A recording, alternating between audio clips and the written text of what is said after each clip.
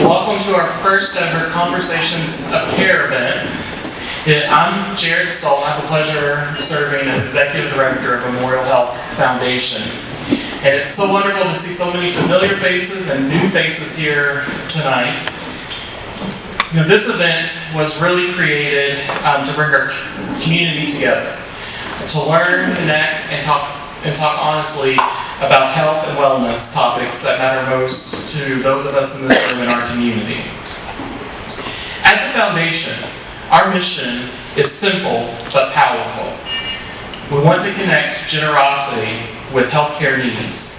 And because of donors like some of you in this room tonight, we fund critical services, equipment, and programs that go beyond what hospital operations alone can provide.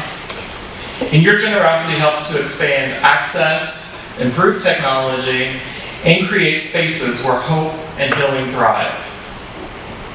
Tonight, the Conversations of Care is a perfect example of our mission in action. We want to educate and empower our community, helping people live healthier and fuller lives. And thanks to our loyal donors, events like this are offered free of charge to our community, so everyone can benefit from the expertise of our healthcare team. And I want to take a moment tonight to recognize someone very special that's joining us. Mrs. Judy Heinrich. Judy is both a patient and a donor, and she's a true advocate for those living with Parkinson's disease. Her passion is ensuring every person on this journey has access to the right therapies, support, and encouragement. And because of Judy's generosity, the foundation helped fund the Solo Step system. You'll see later tonight in a video. You'll see Judy on that video in the Solo Step. It's really an amazing tool that's helping our patients safely participate in therapy. She also ensured that tonight's event could happen free of charge.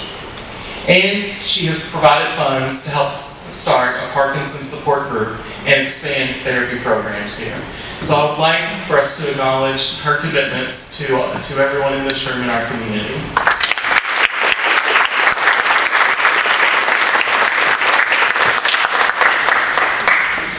And now, it's my pleasure to introduce someone who lives and breathes the spirit of compassionate care along with her team in therapy services, my colleague and friend, Beth Schwindeman, Director of Therapy Services for Memorial Health System.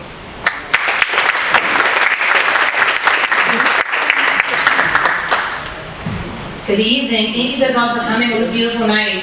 So I'm going to introduce a few members of our therapy team here in a few minutes. But we're very, very fortunate to have an entire team that really focuses every day on our patients. I see these guys go above and beyond for their patients in every way possible. They come in early, they treat during lunch, they stay late, they get very creative with their treatment sessions. And that extends to our front office staff as well. A lot of times our patients will know our front office staff by name. They may forget ours on occasion, but they know our front office staff because they take very good care of them as well on the front end. And we're fortunate to have really good, passionate people on our team. We've got a lot of seasoned clinicians. I won't tell anyone's age. We've got a lot of seasoned clinicians that also support our patients. And we've been able to grow. Our clinic started in Marietta, Ohio, and that was our original clinic. And now we've been able to grow to Athens, Ohio, Belpre, Ohio. We still have a clinic in Marietta, and then we also have a clinic in Sistersville, West Virginia. So a lot of our patients come from about an hour away of each one of our clinics because we offer a lot of really diverse services. We love treating our patients with Parkinson's disease. We also have a lot of other specialty programs and can give you some information about that. But one of the things that I love about this team and what we do is the creativity that comes with it.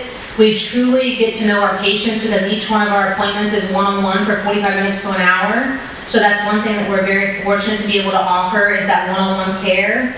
We spend time with our patients, we get to know them, we get to know their family, their caregivers, truly become part of our therapy family. And we tell them that once they're our patient, you're part of our therapy family for life, so we're in it together. But that's one of the things that I'm passionate about with our team is they are all one-on-one patient treatments. We have patient appointments that start in the mornings at 7:15. We have patient appointments that start at 5:30 in the evening. We have Saturday morning appointments, and we try to really be accessible for our community. And tonight we're going to show you a few of our cool tricks up our sleeve that we can offer our patients with Parkinson's and introduce a few people in our team. So I'll have them come up now, and then we're going to show you a few of our a few of our tools, and then we're going to show you a video as well to advertise the solo step that Judy helped us get.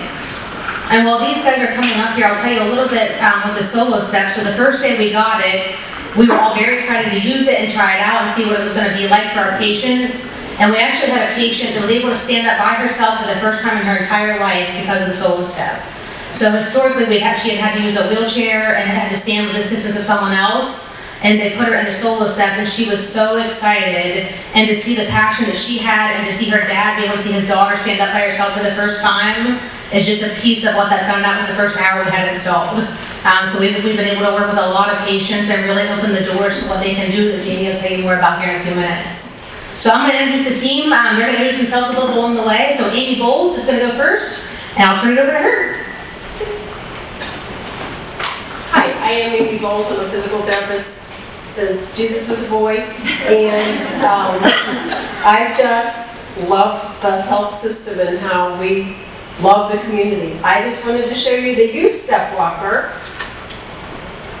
You squeeze the handles and make it walk. Normally you squeeze the handles of a walker and it puts the brakes on, but this helps people not fall forward. It's heavier, has lovely seat, which we got to use this evening to help somebody get into the building.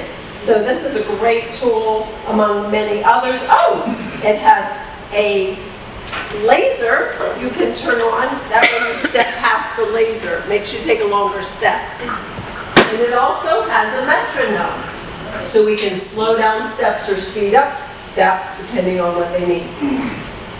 Next. My name is Shelly. I'm a PT assistant. I started with the system back in 2008, and I've been there ever since. I worked in all of our locations, most recently in Belfry and Marietta. I treat neuro and ortho, so I get to do all of it, so I don't get bored. I recently went with Janie to the Rock Steady boxing course, and we had a lot of fun. It was really empowering to watch the Parkinson's patients there, see how hard they worked, and they were, Janie and I were sweating. It was a lot of fun. We learned a lot. My favorite part about the boxing is how versatile it is. We can really adapt it for our patients' needs. It's a lot of fun. There's no set exercises that you have to do. We can do kind of whatever we want, so it's fun to make it challenging for them. We can tailor it to their needs or to whatever they find fun or interesting. It's very diverse. They're already set up. Belfry has been doing the boxing, and Marietta will be doing this soon. So, Jamie, go. Hello everyone, my name is Jamie Israel. I'm a physical therapist. I've worked for the hospital system for 13 years. I'm also certified in the Rock City Boxing with Shelley and in the LSPT BIG program. That program focuses on using large amplitude movements to help work on walking, balance, range of motion.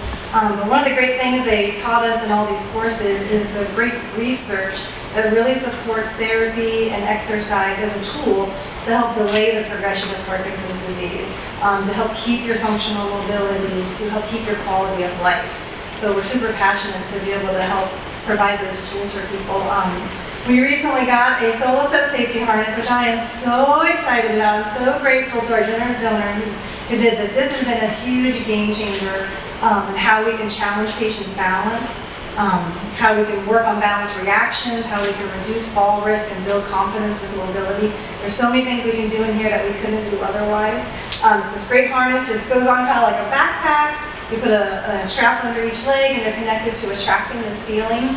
Our Belfry campus, we have a nice long 30-foot track, turns and goes about 18 feet, so you can really practice walking and turning and stepping up on things, maneuvering around obstacles, great things to practice that we might be fearful to do normally because of the worry of falling. So you can't fall in this no matter what you do, so it's just super great. We're super fortunate to have it, and we just really want to encourage patients and empower patients that you can fight back against Parkinson's with these kinds of tools.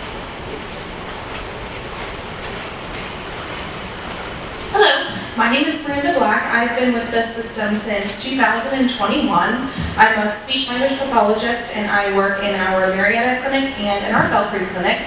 And if you know anything about the Belfry location, it is right across from Roseland's Coffee Bar, so I love that. We all love that very much. I like their your biggest customer, but so I am specialized in Speak Out, which is an evidence-based speech therapy program developed by the Parkinson's Voice program.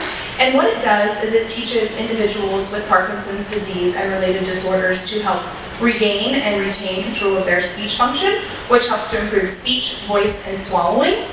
It's a principle that teaches individuals to speak with intent and live with intent. It's a 30-day program, and it's suitable for anybody at any stage in the progression of the disease.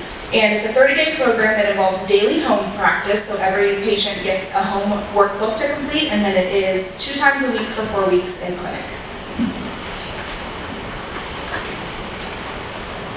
Hi, my name is Barbara Sampson. I'm a speech language pathologist, and I've been here for about 20 years. I am certified in the LSVT Loud, or the Lee Silverman Voice Treatment, and also Speak Out. I'm housed at the Marietta Clinic. Lee Silverman Voice Treatment, or LSVT Loud, was named after Dr. Lee Silverman, and it was developed in the 1980s. So it's highly researched, evidence-based practice of a therapy program that addresses soft speech, monotone speech, and speech clarity. The training focuses on loud and clear speech in an attempt to recalibrate your voice. That is, you think you're speaking loud enough, but I promise you, you're not. It's highly structured, and it requires 50 to 60 minute sessions 4 times a week for 4 weeks. So it is a bit of a commitment, but after those 16 visits, you're finished with your program. Then there is some daily lifelong practice that goes with that.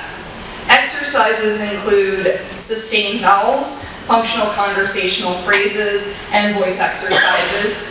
It's intensive, but practicing consistently builds new habits and will guide you through every step of the way.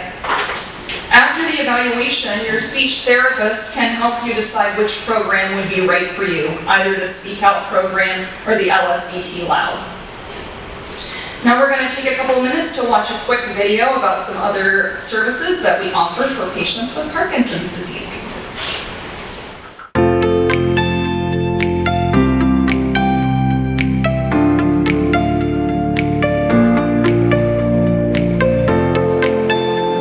Hello, my name is Jamie Israel. I'm a physical therapist with Memorial Health System's Department of Therapy Services.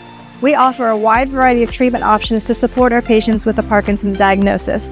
This includes LSVT Big, LSVT Loud, Speak Out, and Rock Steady Boxing.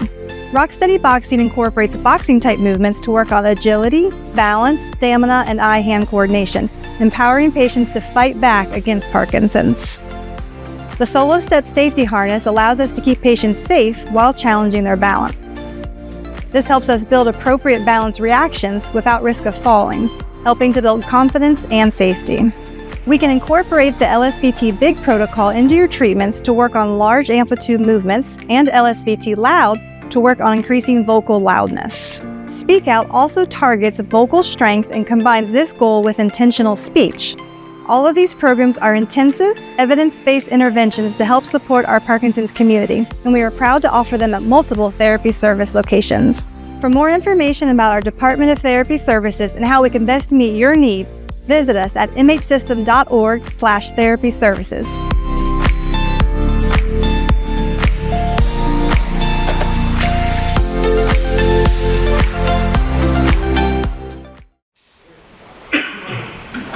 So again, the beauty of the Solo Step, and that's just one tool that we have to offer.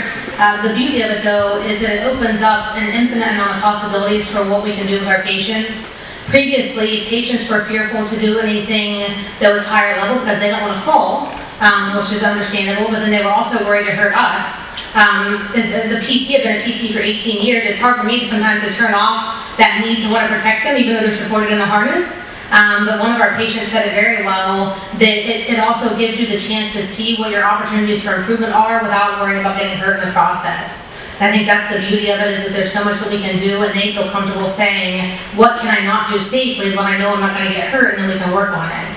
The other beauty of it is because then you're in an open space, so a lot of times before the Solo Step, we would work in the parallel bars, but it's only a 5-foot distance, so that's not real life. You're going to just turn around every 5 feet and have something to hold on to.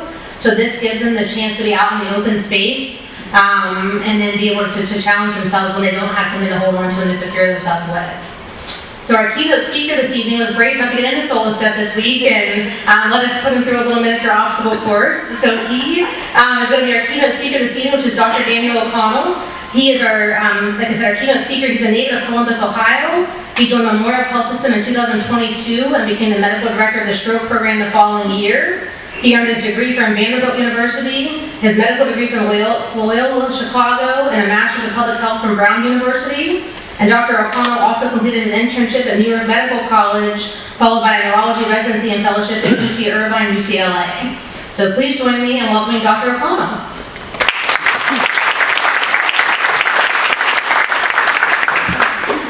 Thank you for that introduction, Beth.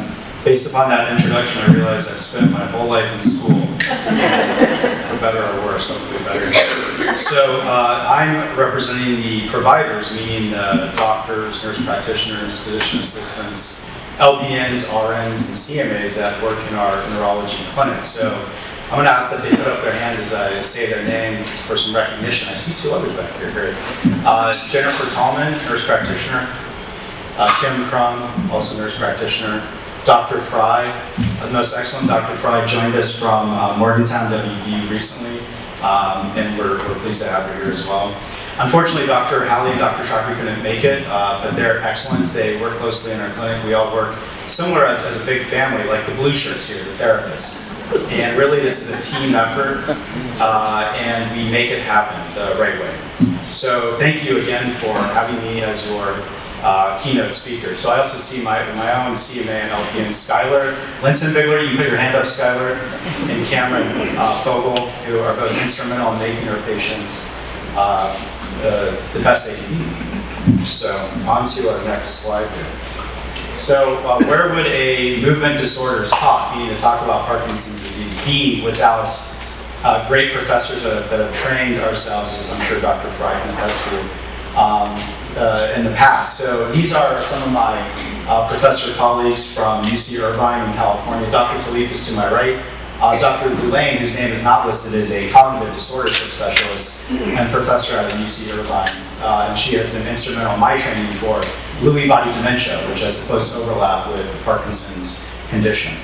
Dr. Hermanowitz and Dr. Morenko, but not for sure. So what is Parkinson's disease in the first place? What is this? Well, ultimately, it's a progressive neurological condition that affects movement that is caused by a loss of dopamine cells in the brain. So how does that happen? Well, a toxic protein called alpha-synuclein can build up in the brain. It's been implicated in certain chemicals, pesticides, and a lot of unknown variables. And that buildup can cause the loss of dopamine. And when we lose dopamine, which is a small molecule in the body, it can cause poor movement, hence movement disorders like Parkinson's disease. Amongst these concerns are resting tremor, a tremor that is worse with rest, stiffness and slowness, and balance problems, especially as we get into stage 3 of the 5 stages of Parkinson's disease. It develops insidiously, gradually, and moves and affects each person differently. And I want to hone in on that because my professors would tell you readily, every patient is different. If you've seen one Parkinson's patient, guess what? You've seen one Parkinson's disease patient. Pattern recognition is quite difficult. So if you are a patient in this audience, of which I see many, thank you for coming, know that you're looking around you, people may have different patterns of expression, and that's unique to them as individuals. Symptoms and progression. So we often think of the motor symptoms. These are the physical, the tremor, the stiffness, the slow movement, and the balance issues. I want to commend our therapy team for showing some of these equipment devices to include the four-wheel walker with the red light. Well, why do we have that? Because a hallmark of Parkinsonism or Parkinson's disease, similar condition, overlapping, is slow movement and shuffling gait often, and not taking big steps. And not taking big steps leads to big falls, and we don't want that to happen. Regarding non-motor symptoms, this includes sleep changes, just organically due to the condition itself, or medicines that we're giving that have side effects. Fatigue, therein, constipation, both constipation and not listed as loss of smell are often associated with the early signs of Parkinson's disease, for which bowel regimen in the case of constipation can help. Unfortunately, with loss of smell, nothing yet has been established to help with that. Mood changes, and yes, that is quite common. If you're in this room and you're having mood changes with your Parkinson's disease condition, you're getting diagnosed, know that we hear that a lot in our clinic, and we can help with that. And I'll have another slide on that in a moment. Progression is gradual. Early recognition helps manage symptoms better. There is no cure for Parkinson's, but if you manage it well, it can be as if you don't have symptoms. How about that? Or close to it as possible, and that would be our hope and aspiration for all. So this slide, I love this slide in the context of our therapy friends because you'll see the first two of the 3 bullet points are all about us, right?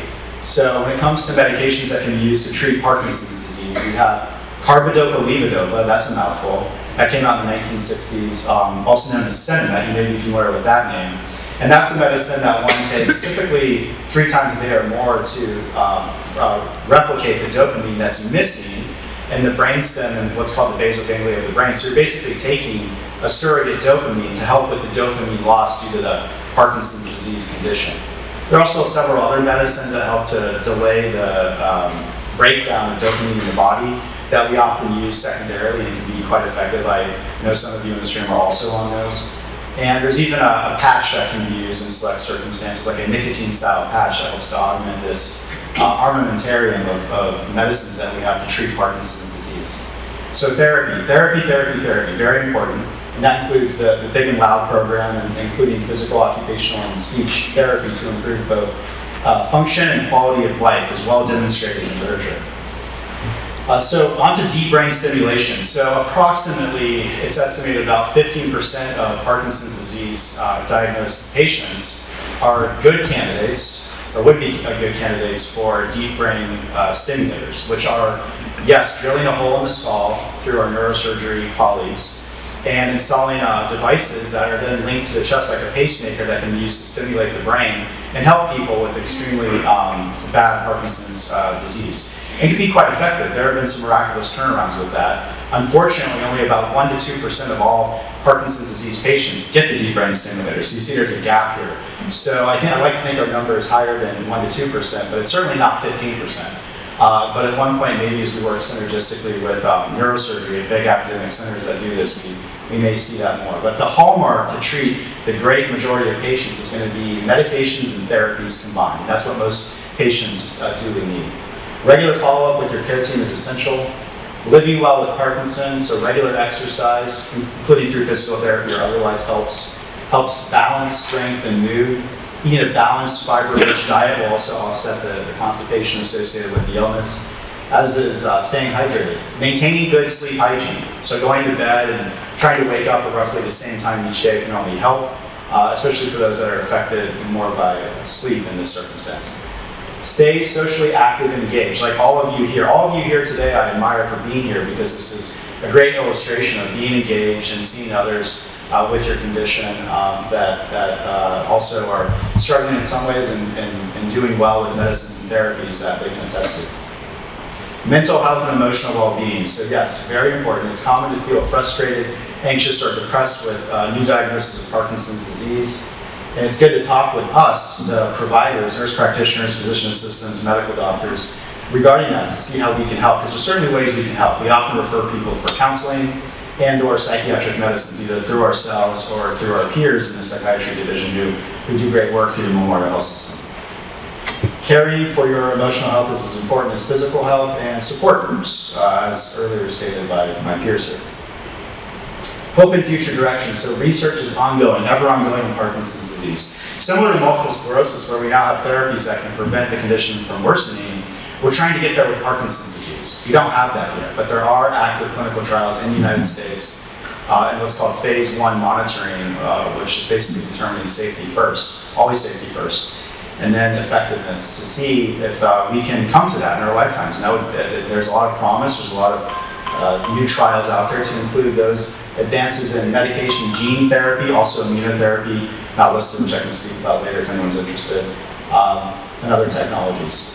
Management with the right care, people continue to lead active, fulfilling lives, as you see here today. Support and community resources. So we have our number listed for our therapy friends, in Marietta, Belpre, Athens, and Sistersville. And we also have our neurosciences team listed. That's us, the doctors, nurse practitioners and physician assistants that can be great help for this condition. So we're going to move on to questions and discussion. We're going to do a panel to discuss things further. And I think that's great. I think it's good to have a multidisciplinary panel as we do. And as you can see, there's a lot involved here. There's a lot of moving pieces to include therapy and also medications and the like. So, and I'd also like to thank Judy Heinrich for coming, who I saw recently in clinic, who's doing quite well and who provided us with the solo step device, which I myself got to try out. I fell a few times, but I got right back up. Where's the video of that? That's confidential. I don't need to see it. Damn it. So eager to help out with questions, comments, concerns, thoughts, and experiences from all those in here. Thank you for coming today. Round of applause for everyone being here.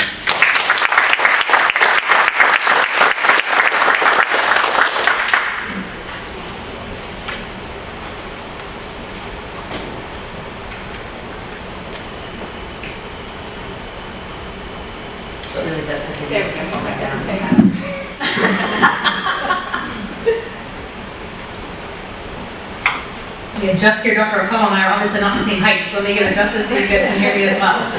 So the next part of our evening, like Dr. O'Connell said, is going to be our panel discussion. So we are very fortunate to have several of our providers with us, as well as our therapy team. So you're welcome to start thinking of questions that you would like to ask, and we'll kind of come around the room and help support you in asking any questions that you have for either set of people. We did have to leave a few of our providers behind at the hospital to take care of our patients while we're here. So Dr. Howley is one of our neurologists. He earned his medical degree from Temple University in Philadelphia, completed residencies in both neurology and internal medicine at Duke University. He is certified in electromyography and nerve conduction studies by the American Association of Neuromuscular and Electrodiagnostic Medicine, and an MRI and CT interpretation by the American Society of Neuroimaging. Dr. Howley brings over 46 years of clinical experience to our community. Dr. George Shockley earned his medical degree from the American University of Antigua College of Medicine. He completed his internal medicine internship at Cleveland Clinic's Fairview Hospital and his neurology residency at Cooper University. A board-certified general neurologist and member of the American Academy of Neurology. Dr. Shockley has been part of our health system for the past 6 years. We introduced Dr. O'Connell a few minutes ago. Our other neurologist that was gracious enough to join us is new to our system. Dr. Sarah Fry completed her undergraduate studies at Indiana University and earned her medical degree from the Indiana University School of Medicine. She returned to West Virginia for her neurology residency, followed by an epilepsy fellowship at Wake Forest, and we're pleased to welcome her to our system. And then last but not least are our nurse practitioners that we love and value as well. Kim Crum earned her Bachelor of Science degree in Nursing and Master of Science in Nursing from Marshall University. She is inspired by her mother and many family members who were also nurses, and has dedicated her career to healthcare since 1989, and has been serving patients in the Marietta area since 1996. And then Jennifer Tallman is also one of our nurse practitioners. She earned her Bachelor of Science in Nursing from Middle Tennessee State University and her Master of Science in Nursing from Tennessee State University. She began her career in healthcare in 1991 and spent many years practicing in primary care before joining our neurology team this August. We welcome her to our system as well. So if you guys will join us up here for the panel discussion, these are your seats. Seats. Oh, this is good.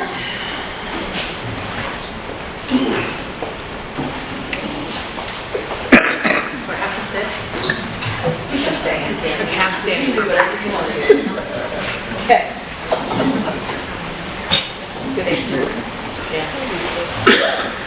So while you guys are thinking of the questions that you want to ask them, we did have a few that came in early, so we'll start with those to give you time to think about any questions you may have as well.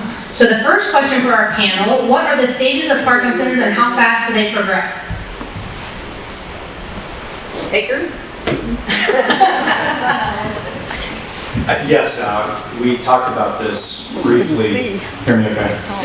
During my presentation. So the stages of Parkinson's disease, so there's ultimately 5 stages. And the first is considered mild, and that usually just involves one side of the body, usually just a resting tremor of one arm, for example, typically not the legs, but sometimes usually the arm. The second stage is going to be bilateral, meaning both sides of the body affected. So that's going to be both arms, for example. And once someone has both sides of the body affected, we turn Parkinson's stage 2. Stage 3 is the mid stage of the condition. I'd say the hallmark of that is balance issues, for which items like the solo step and other equipment can be extremely helpful, and the guidance of our physical therapy and occupational therapy friends to help with that. So loss of balance is typically manifested at stage 3. Stage 4 implies that you have increasing difficulty functioning and troubles living independently, but still more or less able to do so. Stage 5, you're not. Stage 5 means you're wheelchair bound or even bed bound, which are extreme cases, but can happen. So those are the 5 stages. Now that being said, the 5 stages, the medicines and so forth are the same. The treatments are the same. So we try not to make too much of a distinction, stage 2, stage 3. Some people may be asking themselves that. Happens a lot in our clinic. What we care about is people getting better, right? And that's done with the medicines and therapy. It's similar to how rarely you can have genetic or familial forms of inherited Parkinson's, but the treatment is the same. The treatment is the same that we employ. And I just want to emphasize what he had touched on in the presentation is that everyone does progress differently. So I have a lot of patients that will ask, what's kind of the outlook, and it's very individual based. So for patients, you can read about it online if you want to, but don't read too deeply into things just because time will kind of tell us kind of how you progress. Usually the first couple of years will tell us a lot as well, and kind of your response to treatment. So I just like to kind of emphasize that when patients are worried about progression and kind of comparing themselves to others, it's very, very individualized. All right, our next question is, are there any new treatments or medications? Maybe I'll just touch on that because I talked about it briefly during the presentation. I mentioned gene therapy and immunotherapy. Those are very novel new things. To date, no such thing exists in clinical practice, so you won't see it in the Mid-Ohio Valley. But at big city centers, sometimes the patients are recruited to be a part of these studies. Usually, sadly, they're unsuccessful. Everyone wants to be patient zero, meaning it works. You get into the cool trial for the new drug and it works. I know we all want to be like that. Sadly, that's often usually not the case. But how those work is with gene therapy. So there's some really brilliant people out there that believe that they can install a type of gene into the basal ganglia through a surgery, through drilling a hole in the skull and putting in a catheter, to install a gene that then can help produce dopamine. Downstream of putting that gene in, it basically will tell the body to produce dopamine as a protein, and that may augment. The immunotherapy concept is known in lung cancer especially as being quite successful if you have any in the melanoma world. In Parkinson's, the theory is if you give through an IV infusion one of these medicines, that it can basically block the production of the alpha-synuclein protein in the brainstem and brain, which causes Parkinson's disease. So basically it's killing it in its tracks. That's the theory, and it would be really cool to see this, as I said earlier, in our lifetimes develop. That would be a really cool thing. In the meantime, there's more pragmatic things. There's the therapy element, which I think is excellent. And since I've been back to Ohio for the past 3 years, nothing but praise for physical, speech, and occupational therapy with sincerity, all you all in the room. Because when they come back and see me, we have the advantage because we don't get to see people every day. So we may see a big change when people come back into the clinic that wasn't initially appreciated. And a large element of that is physical therapy in addition to the medicines we're giving. All right, the next question is Parkinson's hereditary? In some cases. But I can't tell you the numbers. Yeah, I don't know the numbers off the top of my head either. Yes, in some patients it can be genetic. If you have a first-degree relative, there is some increased risk of developing Parkinson's disease yourself. We know some specific genes that are inherited. That's pretty rare. Most cases are what we call idiopathic, or don't have necessarily a genetic cause for it. But most of our patients don't have a genetic correlation with it. But yes, it's certainly possible. Should I worry about dementia? Shouldn't we all?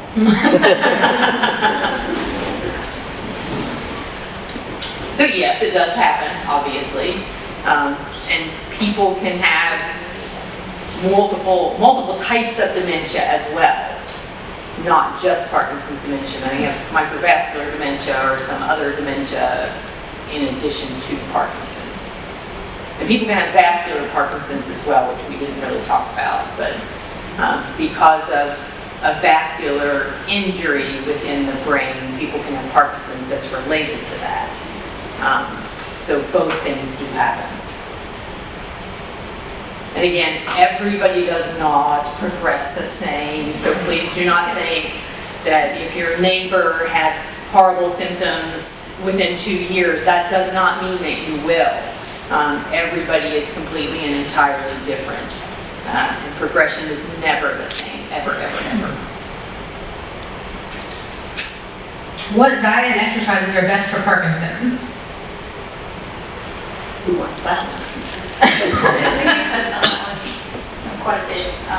The diet aspect, kind of preventing constipation, would be one of the priorities there. We talked pretty extensively about exercise and the physical therapy options that we have. I do think that of all the things that we talked about, the exercise, physical activity is one that we can probably work on more, especially once we get outside of tertiary centers, academic centers. I feel like a lot of times we talk a lot about medications during appointments, and so I think it's a really amazing opportunity here in this kind of community to have the physical therapy options that we do have, because oftentimes that is a big hole in the treatment for Parkinson's patients. So I think, if anything, the exercise, physical therapy part of it is kind of underappreciated in Parkinson's patient treatment. So, my addition to the topics. And diet-wise, basically Mediterranean. More fruits, more vegetables. The less processed something is, the better it is for you. I think one thing that we would want you to know from a therapy perspective is there are a lot of different ways that we can do therapy. So people kind of have the idea that they have to come in and it has to be 3 times a week, it has to be for 6 months. But we are very used to customizing what people need based on what they need. So like they said, you can get 6 different patients with Parkinson's and they're all going to need something different for their treatment plan. It very much depends on who they are, what their circumstances are, what their progression looks like right now. And our team does a great job of having that conversation early on to see what makes sense for the patient. We also work with our physicians. We can read their documentation to kind of get an idea of what they're thinking after they saw you. We send them progress notes, and then we also work with our patient financial advocates and our insurance team to make sure that we're really looking at our patients holistically. We don't want it to be a hardship. We don't want it to be something that's overly taxing. So we work with each patient to make it customized to what fits in their world right now. And the next question, what can we do about hallucinations? Anybody? I mean, one thing that I often talk to patients about as far as hallucinations is whether they're bothersome. So sometimes hallucinations can make patients fearful, and depending on kind of the frequency of hallucinations, how bothersome they are to the patient, sometimes there are medications that we use depending on your diagnosis, whether it's Parkinson's disease or Lewy body dementia, Parkinsonism. There are certain patient populations that are very sensitive to those medications. So for some folks, we are a little bit cautious in starting new medications for them. But it's something that we certainly want you to feel comfortable talking to us about, because we can absolutely treat the hallucinations whenever they become bothersome or something that's concerning. So definitely something I want patients to be comfortable talking about, because sometimes those kind of conversations are a little bit limited in appointments, also depending on who the patient is with. So I just want everyone to be kind of open about it, because there are certainly things that we can do to help. We're not asking you that question because we thought you took drugs. We are asking you that question because we actually want to know, are you having hallucinations? But people instantaneously hear that word and think that we're talking about shrooms or something. No, we really want to know, are you having hallucinations? We can't help you if you don't tell us. We're going to open it up to the room, so if you have a question you would like to ask, please raise your hand. A couple of the girls are in the back, and they'll kind of navigate the room to help with a microphone, and you are welcome to ask our team anything on your mind.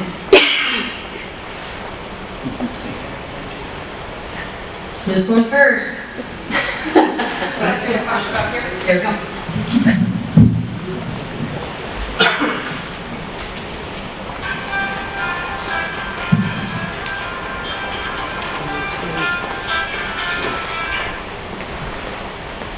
husband takes carbidopa, but he has a reaction to that, so they have him on like a half a tablet 4 times a day. But is there something else that he can take that would work with that, or, that would work otherwise? Are there other medication options besides the carbidopa levodopa? Yeah, absolutely. So firstly, there's also a long-acting form of carbidopa levodopa that tends to be sometimes better tolerated. It just depends. And I may have mentioned this earlier. There's also a medicine called entacapone, or Comtan is the trade name. And that medicine helps prevent the breakdown of, say, what you're taking 4 times a day. It makes it last longer. And that's important so that before, say, the second dose, the first dose isn't wearing off as much, if that makes sense. That's how that works. It's sort of a booster rocket. Well, they had him on the sustained release, and that was worse. So is it dizzy, lightheaded, or what's the? He just can't function on it. I mean, he goes to Columbus to the Parkinson specialist unit up there, and he doesn't function. I mean, he just can't function when he's taking that, but yet they say he needs that, but yet they keep taking him back and back till he's just back to a half a tablet. He can handle that, but I was just concerned that maybe there was something new that would take that place.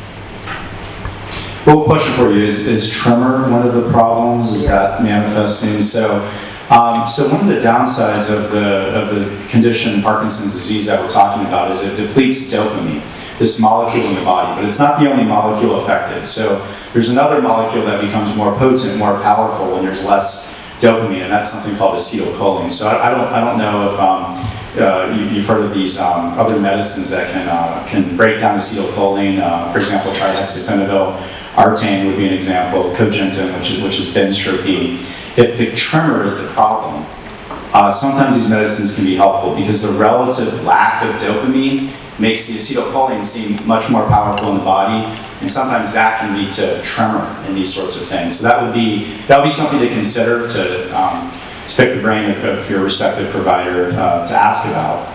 That would be one example. Sometimes we also use stimulant medicine. So sometimes if someone is slow to get going, which is especially problematic in the morning for a lot of our patients with Parkinson's disease, there are some controlled substances that can be of benefit in this scenario to help motivate, get people going, and give them that energy. I think my colleagues here also use those from time to time.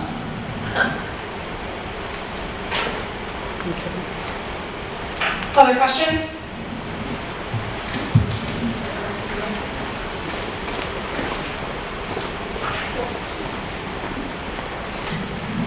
I've been reading Dr. Orm's book on Parkinson's, and he is pretty,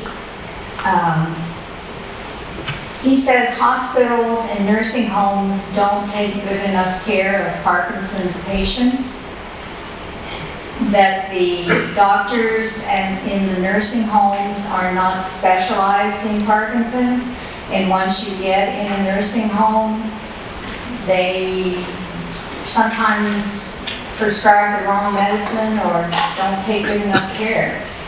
Do you know our local nursing homes and the hospital, are they working in conjunction with you? How many of your patients are you seeing from nursing homes? Which ones is there any that are better in touch with you than others? Perhaps I'm best to answer that because I work on the inpatient side in the hospital, so I don't work just in the clinic, I work in the inpatient side. And a lot of nursing home residents come to us, and in particular, I'm not partisan to any one nursing home or the other. To be candid, we often don't pay that much attention in the hospital because we're focused on real-time management. So I used to be a bit frustrated when my bosses, Dr. Brees and Dr. Benke, would have the hospitals and ER doctors reach out to us about patients with suspected Parkinson's that came to the ER or hospital, but I've learned to recognize that that's very important because where else may they hear that they have Parkinson's disease, right? So personally, I think those consults are worthwhile when we see those people. So let's say a nursing home resident ends up in our hospital system in Marietta proper, for example. We see them, Dr. Klein and I may see them in consultation, and right away we can often tell if someone has Parkinson's disease, as Kim and Jennifer will probably also see. And then we can fast track them as best we can, get them seen in our clinic so we can provide that care. So that's one means that I've seen be helpful is at some point a lot of these patients end up with urinary tract infections or pneumonia. Pneumonia is quite common in undertreated or untreated Parkinson's because the lungs ain't moving that much, right? That's a fact. So when those people come to the hospital, I think our teams, the hospitalists that work with Dr. Banke, for example, they can reach out to us and let us know and alert us of their presence, and then we can help them. That's kind of how we do things through Memorial Health. I'm new to the hospital system in the area, so I can't speak, to local nursing homes. I know kind of some of the frustrations with kind of being admitted to the hospital with Parkinson's disease, depending on where you are and kind of what kind of unit you're in, is the timing of medications. So oftentimes when patients are in the hospital, there are certain limitations on nursing, right? So you might take medications a certain, order or time during the day. You know yourself very well, and you time your medications purposefully to when you know you need them. And so sometimes when you're in the hospital and you have a nurse that has 5 or 6 other patients, the timing of the medications might not be exactly how you take them at home. And so oftentimes that is a point of frustration sometimes for patients in the hospital. That's certainly something that we can work on and as a whole with the healthcare system. But I often tell my patients, if you do end up in a hospital and you know what time you take your medications, try to tell them as best you can, this is my regimen, this is when I take them. Because we sometimes do see worsening of patients in the hospital with their Parkinson's symptoms because their medication timing is not how they take it at home. Being an advocate for yourself as best you can, that's frustrating to have to do. But if we're kind of aware of it in the beginning at your admission, whether it's for Parkinson's disease or for other, comorbidities, other reasons you're in the hospital, if you're very upfront in the beginning saying, this is how I take my medicine, this is when I need to take it, sometimes whenever it's ordered, you don't always know what time you normally take it at home. But if we know, we can be more proactive about it. So trying to advocate for yourself while you're in the hospital can sometimes prevent some frustration from happening.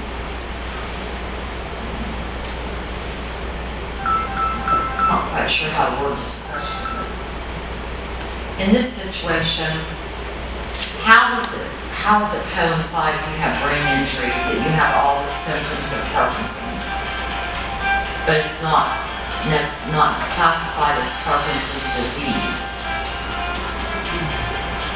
I think I understand your question. Having worked out in Southern California and seen many mixed martial arts fighters and rodeo cowboys that took a lot of beatings, if you're implying that something is trauma related, that is known. There's a phenomenon known as punch drunk syndrome. I don't know if you've heard of that. But it's often in reference to boxers, not boxing for Parkinson's. I'm talking Mike Tyson here, right? Where people classically they get beat in the head so frequently that the top part of their brainstem and basal ganglia, but especially the brainstem, can lose the dopamine. Yes. So you get an acquired Parkinson. We would say broadly Parkinsonism. That's kind of an umbrella term. But in many ways, if not wholly, you would treat it the same as Parkinson's disease. So it can be acquired. That's an excellent question. Does that make sense to you? Yeah. Another question.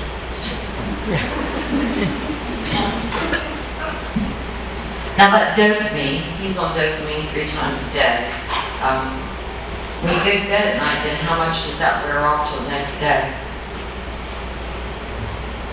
I don't know that I can necessarily quantify it.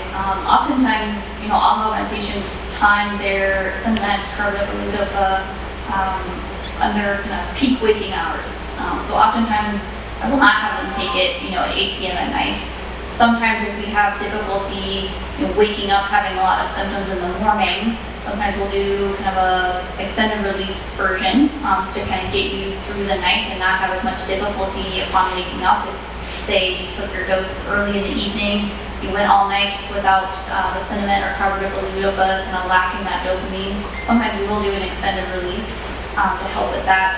Very, very patient dependent. I can't quantify maybe Dr. O'Connell as far as how quickly that dopamine level would fall overnight. But there are ways that we can kind of counteract that if the morning is more of a more difficult situation for patients. There are ways that we can trial and error as far as changing the dosing, the timing, and the kind of dopamine or the carbidopa that we're giving.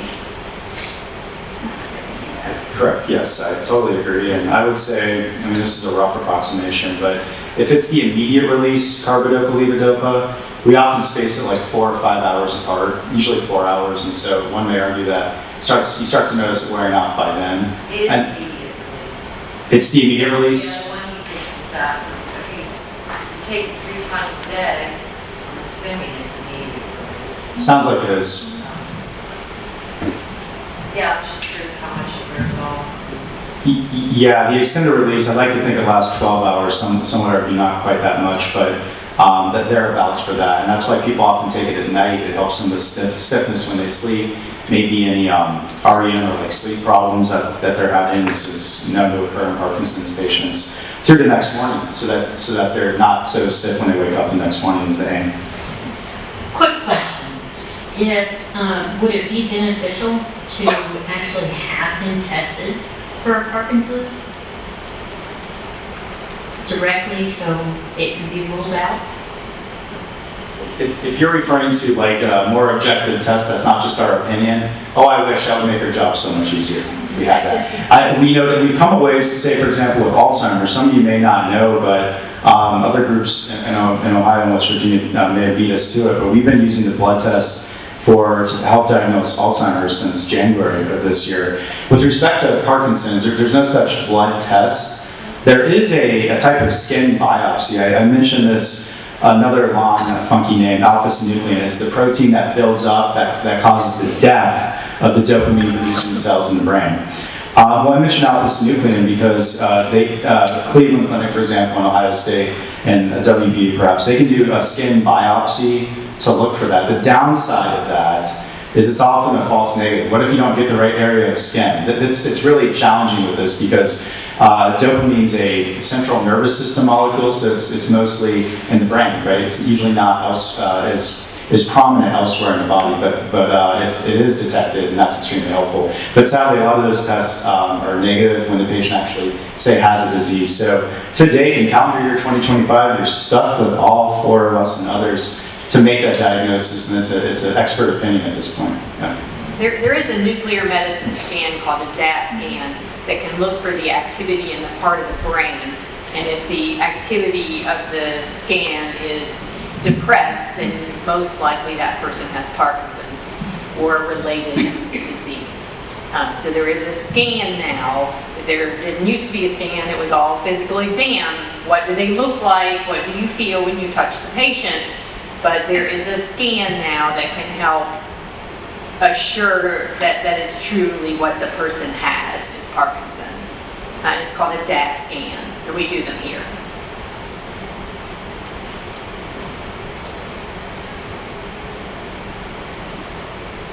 Other questions? Yep.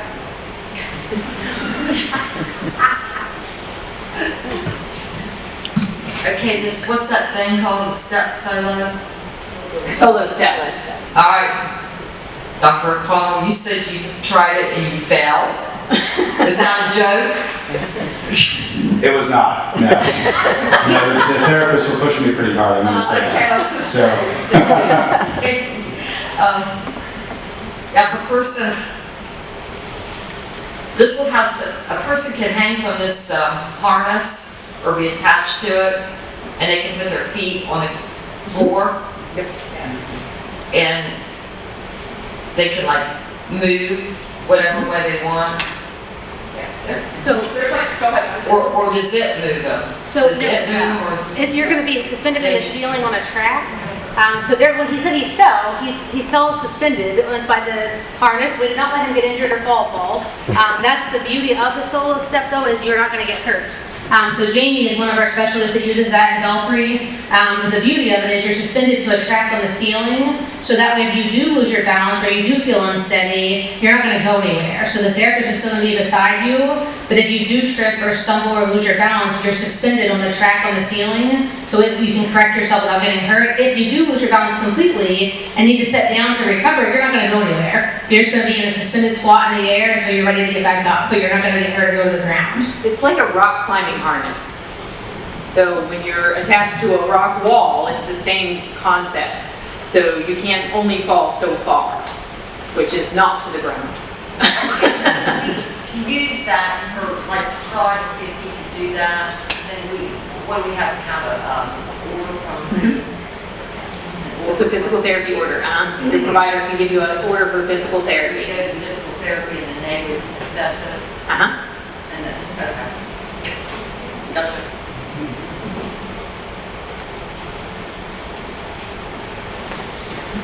I don't think I need it. I was a school teacher once upon a time. When you fall in this sling, the very first time I tried it, I went and the bottom hit the ground. And what was discovered was that it needed to be tightened up higher.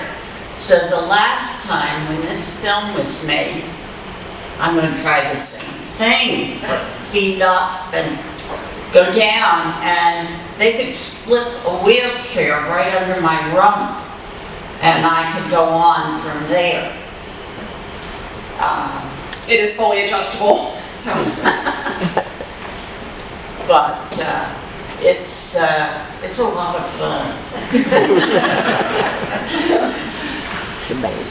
I have a question to my doctor. How often do you see silent tremors? And by silent tremor, Judy, are you referring to it being audible, or how do you mean? My leg tremors, to be more specific. I would say quite often if we look close enough and someone has a resting tremor that's usually more obvious in the arms, we'll see on occasion little movements of the legs. They're subtle, but it is not uncommon at all. The incidence or frequency, I don't know if Dr. Friday, I don't know exactly what that is, but I would say it's a significant minority of our patients that I observe, but it's certainly very real and palpable. We see it every month. I don't know any specific numbers, but certainly it is something much less obvious than an upper extremity tremor. That's when patients will notice family members, much more noticeable in the office. I'll often have patients kind of sit quietly and kind of relax and see the upper extremity tremor is usually much more obvious. If you pay attention to the legs, you'll often see that as well. But like Dr. O'Connell said, not as often as the upper extremity tremor, but we certainly see it.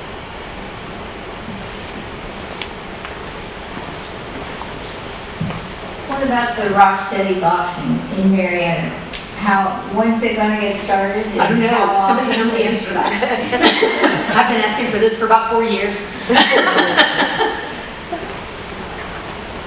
The girls got certified, 2 weeks ago or 3 weeks ago? So we got the equipment in the Belpre space. We've got a garage space built down there for the solo step and the boxing. Marietta, we're just trying to decide where we want to put it, so we don't take up any other patients for boxing, and then it'll be ready. So it should be in the next probably 2 to 3 weeks. They're up and running, they're trained, we just have to gather our equipment and make sure it gets placed appropriately. So how often will it be, or what's the... Shelley, can you speak about the Rocksteady, like how frequent? So I can incorporate some of the stuff into our sessions without actually having the boxing equipment, like with the hip mitts, the whatever they're for your hands, things like that. We can do some of those exercises without even having the bags and things like that. As far as frequency goes, it'll just be dependent upon whenever your therapist does your evaluation, 3 times a week, 2 times a week, whatever fits your schedule like that. It's not like the LSVT big where it's certain days a week and things like that. It would be like one-on-one. And you guys are not going to do like a group class yet? No, not yet. Okay.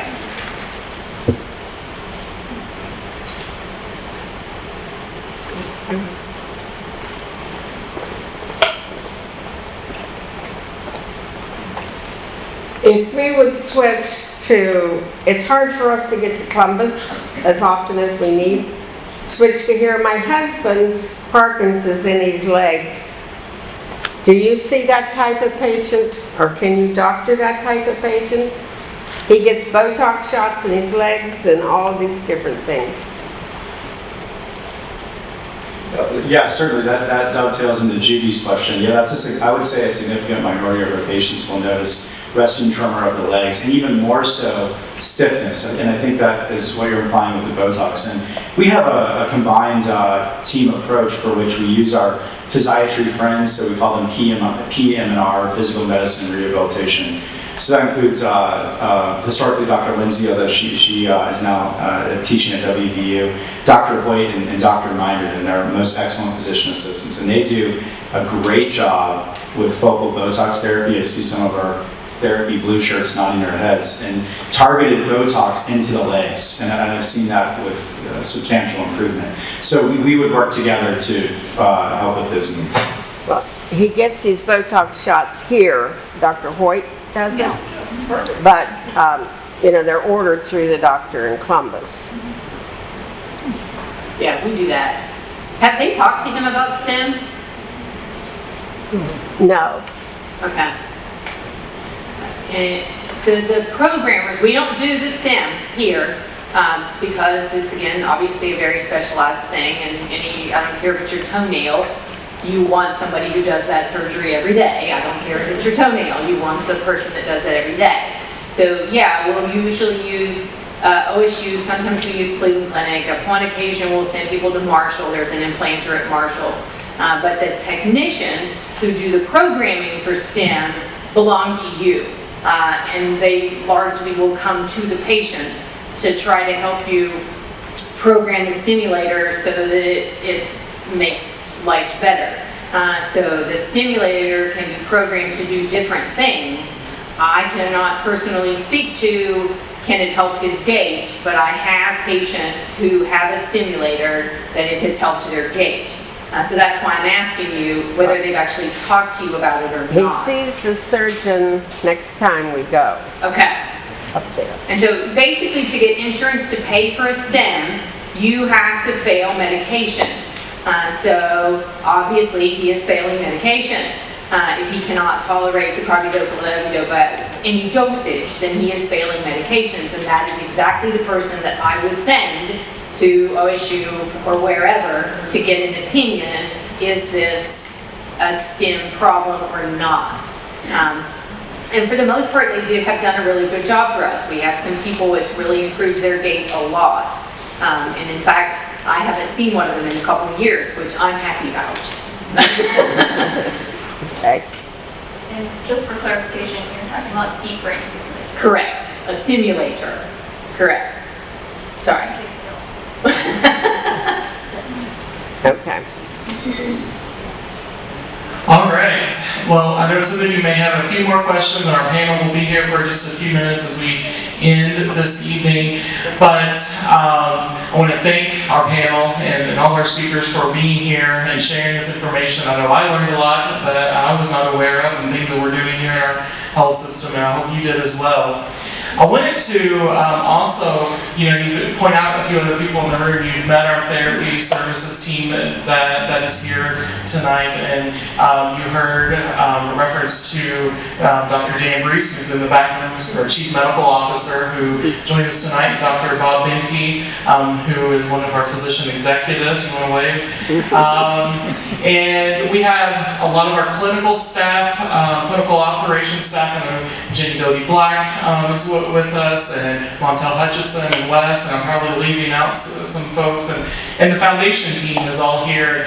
And as I started tonight talking about we're a community, we're all here to help support all of you and our entire community, all of us. And I don't want to forget, we've got our Director of Marketing, Alexis Fazio, and Jennifer Offenberger, our Associate Vice President for Service Excellence, with us too, as well. So you've got a whole group of people that are from the health system that are here tonight supporting you and want to help all of our patients along their journey. But as we come to a close, I want to really thank all of you for coming out for our very first Conversations of Care event. There will be others, and I know the next event here, I believe, seen February 17th. Speak from the Heart, Finding Your Voice with Parkinson's, that will occur, so I hope you'll be on the lookout for that and mark that as well.